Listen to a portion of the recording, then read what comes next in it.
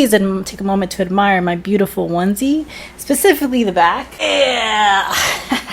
I was inspired to make this video. It's been on my mind for about 2 years because I had a client that brought it to my attention. Your shadow, or a person's shadow, it's a concept from Jungian psychology, and it refers to the unconscious parts of your personality or people's personality that they often deny or are unaware of.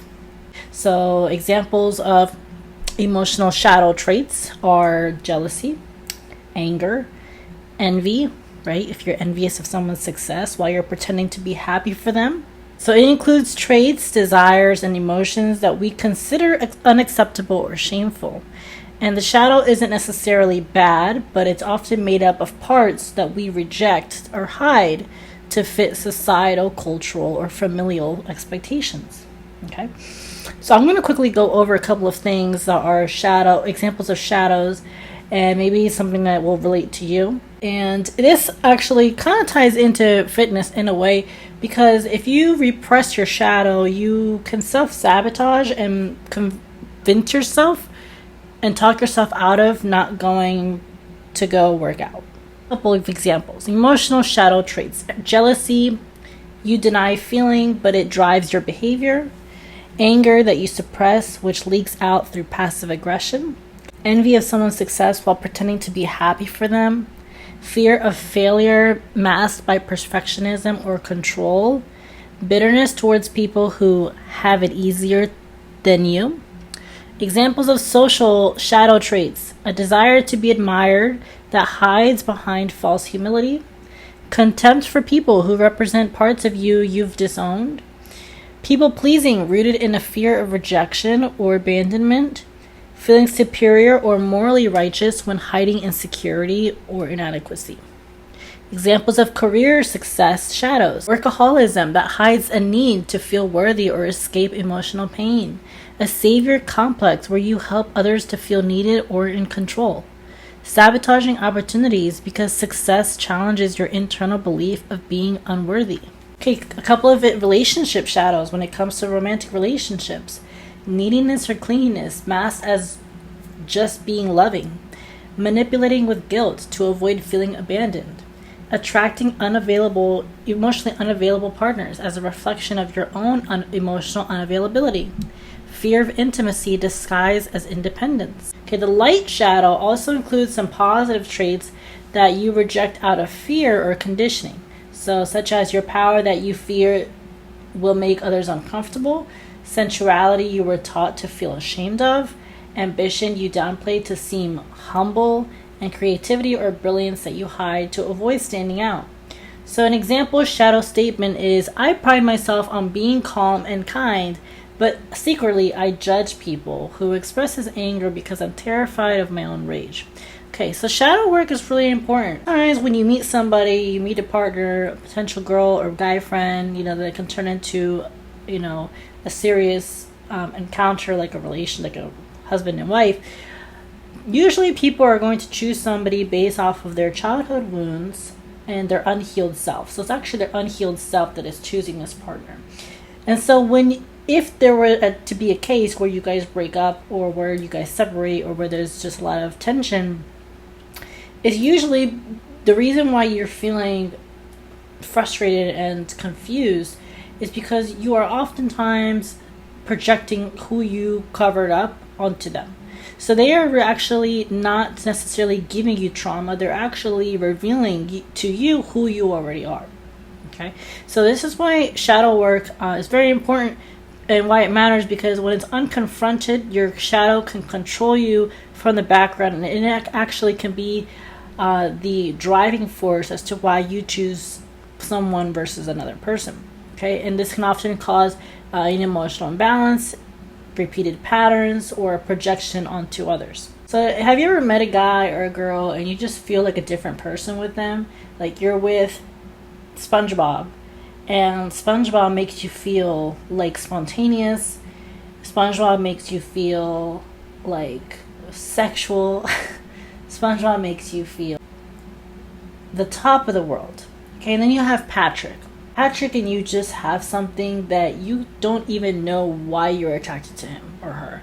Like she or he is not even somebody that you typically are attracted to, but for whatever reason, your soul longed for this relationship. And the moment you met Patrick is the moment that you finally felt seen. You finally feel accepted. Okay? So that is your soul talking to you. If you feel comfortable around them or even not comfortable around them, it's because they are actually mirroring you and giving you who you are, who you already are. It's no different than when you make a lot of money, okay, or when you just make money in general. Money doesn't change people. Money reveals people, okay? So the more money you have, the more it will reveal the type of person that you are. When you meet somebody and things just always seem like tense and trauma and frustration, it could be because you guys are projecting onto each other's trauma. And so you see in others what you see in yourself. So oftentimes if you see in somebody something that you don't like for whatever reason, you just don't like them. There's a reason why you don't like them. You don't like them because they remind you of who you used to be, who you currently are, or somebody in your life that you didn't get along with or that you just didn't connect with very well. Because how else would you recognize their behavior? Work and love. Let's go ahead and jump into that. And why you keep attracting the same person. So obviously I'm not going to be like sit here and act like this is a love channel. But this does dive into self-discipline and disciplining yourself to be the best that you can be. Especially romantic relationships, because romantic relationships will really test you. They will really test you, and they will reveal your wounds without you even knowing. Okay, so you ever wonder why you keep attracting, for example, unemotionally or emotionally unavailable people, or why you're drawn to chaos and you swear to the universe and to God that you want peace? Okay, people say that you can call it bad luck, you can call it fate, but it's called your shadow. It's saying that you don't attract what you want, you attract what you are and what you haven't healed. Your unconscious wounds, your hidden desires, the parts of you that you've disowned, they are running the show in your relationships. Okay, now you may be wondering, how do I change that? Okay, so let's say, for example, you've been attracting people that cheat on you, or you've been attracting people that are not available, right? Or people that are misleading you. Okay, that's your shadow that's attracting that. Okay, be aware of that so that you can start attracting different stuff in your life. And this is a thing with attraction, with just the world and life, with law of attraction, right? So our thoughts are like radio frequencies, right? So every thought that we feel, we are sending out to the world. Okay, so if you want to have different things in life, you need to start giving out different thoughts. And the way you can do this right now is take a and a pen and write your thoughts. Okay, write your thoughts. Write your thoughts. Write down 10 things you're grateful for. Write down happy thoughts. You want to make the conscious decision to still write it down. Okay, just focus on what can you be grateful for. Because when you operate off of gratefulness, you are going to magnetize greater things and abundant things in your life. You are vibrating at a higher frequency. Okay, so you want to be thankful and have some gratitude for what's going on in your life, even if things are not going on the way that you expected them to. And that until you make the unconscious conscious, it will direct your life and you will call it fate.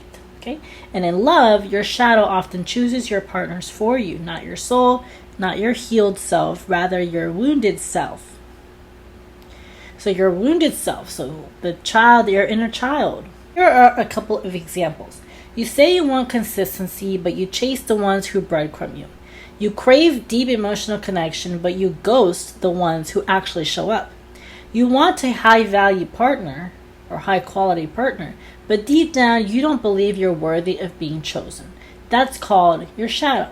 Okay, your shadow is the younger version of yourself, like a little boy or little girl, basically, your inner child, okay, who learned love meant abandoning yourself to be chosen. And so right now, as an adult, you keep repeating that same script, hoping for a different answer. But this is the thing, folks, is that you can't get a different response or a different outcome based off of the same way of thinking that caused you to get there in the first place. So you think you can fix or heal your partner, but really you're avoiding your own pain by focusing on theirs. That's called the savior complex. Or perhaps you have a fear of intimacy that's masked as independence. You ever hear a lot of these women nowadays where they say, oh, I'm an independent woman, I make my own money, when in reality what they're saying is they are scared of intimacy and close relationship with a man or a woman. So in efforts to cover that up, they actually push a man away or push a woman away and say that, oh, I'm just independent, or oh, I'm just a private person, when in reality they're actually terrified of being seen and rejected. Projecting your unhealed feminine or masculine. So you attract chaotic men because you haven't made peace with your own chaos, or you're attracting cold women because your own emotional wounds are still frozen. So the next time you feel that you are sabotaging a relationship, or you are actually not taking accountability for what happened or what's happening, take a moment to look at yourself in the mirror and really ask yourself, what is this dynamic between me and my job, or me and my boss, or me and my partner, or me and my friend? What about it is it bringing out of me? Okay, this can relate to fitness. What about this fitness routine am I not attracted to?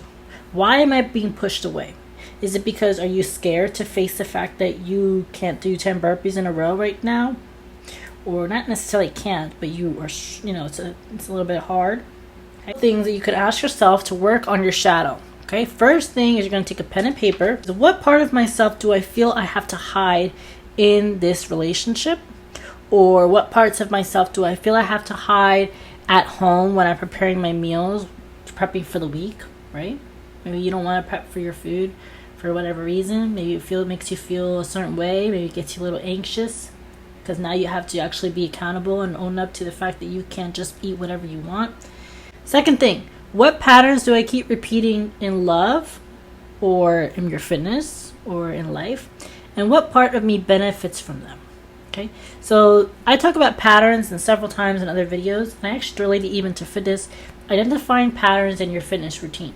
So if you see that you're getting results from doing bench presses after you finish your top set, then you see results from that, then that's a pretty safe assumption. It's pretty safe to assume that protocol may actually work for you. The next question, last one, is what am I blaming my partner for that I secretly do too? Or in the concept of fitness, what am I blaming the fitness routine for that I secretly I'm supposed to be doing, but I'm not? Because see, sometimes the fitness program or the person is not the problem. It's you are the problem. When you do the fitness routine, when you go out with that girl or that guy, something about this program or this person brings out the worst in you. And you wonder why. And that's because it's your shadow. It's your shadow. They are in a way helping to reveal a wound that was already open, but that you've learned to cover up. And so the moment this person or this fitness routine or this fitness program came into your life, they revealed something that you were trying to deny for years. And so now that they open the wound, you feel instantly attracted to them because they awakened a part of you that was dismissed or that was quiet down for years. And so you feel like you feel like a different person. You actually kind of come back to yourself. You finally actually kind of in a way find yourself. And you are faced to face yourself. They walk away from you. You have nothing to do but to face yourself. The fitness workout, fitness routine, fitness plan didn't work out. You have no choice but to face yourself. Why did it not work out? Why did it work out for them, but it didn't work out for you? Okay? So shadow work is all about owning yourself. It's not about shaming yourself. Because we all have shadows. So don't sit there and say, oh, woe is me. This sucks. I'm just going to sit here and cry that they left me or that this fitness program didn't work. No, don't sit there and cry. Okay? You chose to be in the situation. Whether you know it consciously or unconsciously, you still chose to be in the situation that you're in. But that's okay. Now you are aware. That's the first step. You have to be aware.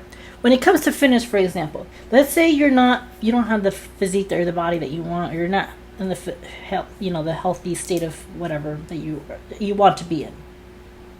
The first step is to acknowledge it. Okay, acknowledge the fact that you are there by choice. Once you acknowledge that, now we can tackle the second part, which is, okay, what can I do right now to get me out of this situation that I'm in? Okay, drink some water. Maybe that starts with finding a personal trainer. Okay, it's not about shaming yourself, but rather to free yourself. Okay, you're feeling tense and anxious that this situation is happening and unraveling the way it is. Okay, absorb it. Okay, the world is not ending. Life goes on. The world is not ending. Absorb it, reflect on it, and put that energy back into yourself. Because this is the thing. When it comes to social dynamics, we are what? Exchanging energy. Okay? Specifically sexual intimacy. It's a very, very, very, very deep level of exchanging of energy. This is why sexual intimacy shouldn't be done with anybody and everybody. But I digress. But dynamics with a relationship or a friend, you are pouring yourself into this person. Okay? So if they leave you or something happens where you guys are no longer together, nothing is no longer sunshine and rainbows, consciously take that energy from what you put onto them and put it back onto yourself. Focus now on yourself. Because when you focus on yourself, you become like a magnet. And look at what is your shadow. Okay? And then you'll start to notice that love stops being a battlefield and it becomes a mirror. Now, this is not to say that you can't get in a relationship or in a friendship or in a fitness program. Okay? Until you're fully healed. Because I'm convinced that no one is fully healed.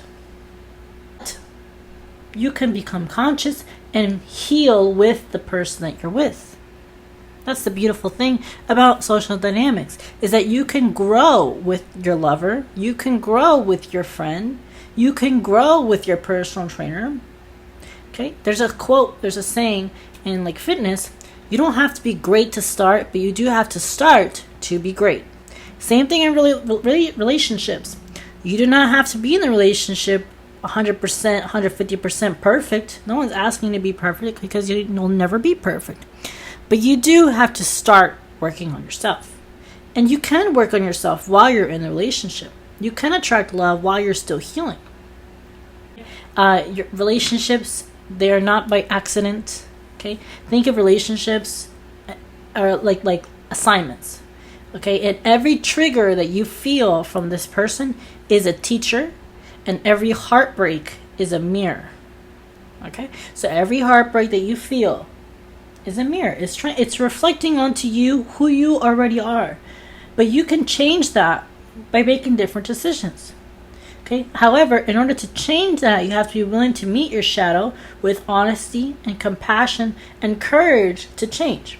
Okay? Because the moment you stop running from yourself is the moment the right kind of love can finally find you, and the love that you were actually seeking and that's actually seeking you. Because this is the thing, the love that you want wants you too, but you need to show up ready for that and prepared with the courage to say, I am not 100% healed. I may never be 100% healed. You may never be 100% healed. And that's okay, because life is a journey. But I'm still going to show up and commit to heal every day and investing in myself to be the best I can be for my partner, for my personal trainer, for my job, for my mom, for my dad. Like the video for more, and if you are interested in clarity calls and texting support, I do offer that. You can click the link below. I'm also offering insurance quotes with a well-known insurance agent in my area. Like the video for more, click below to support my page, and I will see you in the next video.